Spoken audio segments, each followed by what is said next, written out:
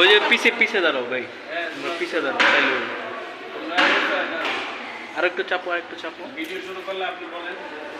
হ্যাঁ হ্যাঁ, start start. তোমরা সবাই কি এই রোজার মাসে এই কোরআন শরীফ পেয়ে খুশি হয়েছো?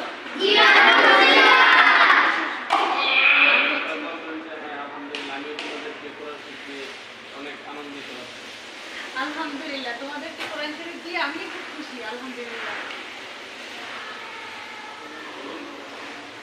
আপনি বলবেন যে তোমরা সবাই আমাদের জন্য দোয়া করবেন, অপরে ওরা শুধু আমিন আমিন বলবেন।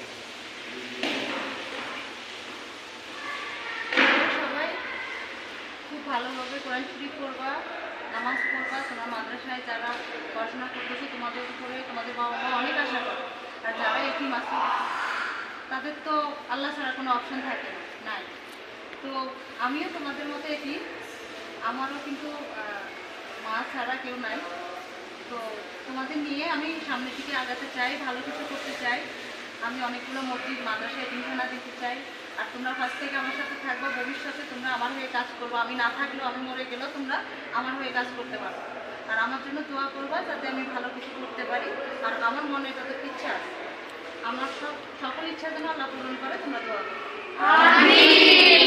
আর একটা বিষয় হচ্ছে, আমি তোমাদের এখানে অনেক আগেই আসার কথা ছিল, আসতে পারি নাই। আমার আরও কাজ ছিল, কাজগুলো শেষ করছি, এখন তোমাদের নিয়ে কাজ শুরু করছি।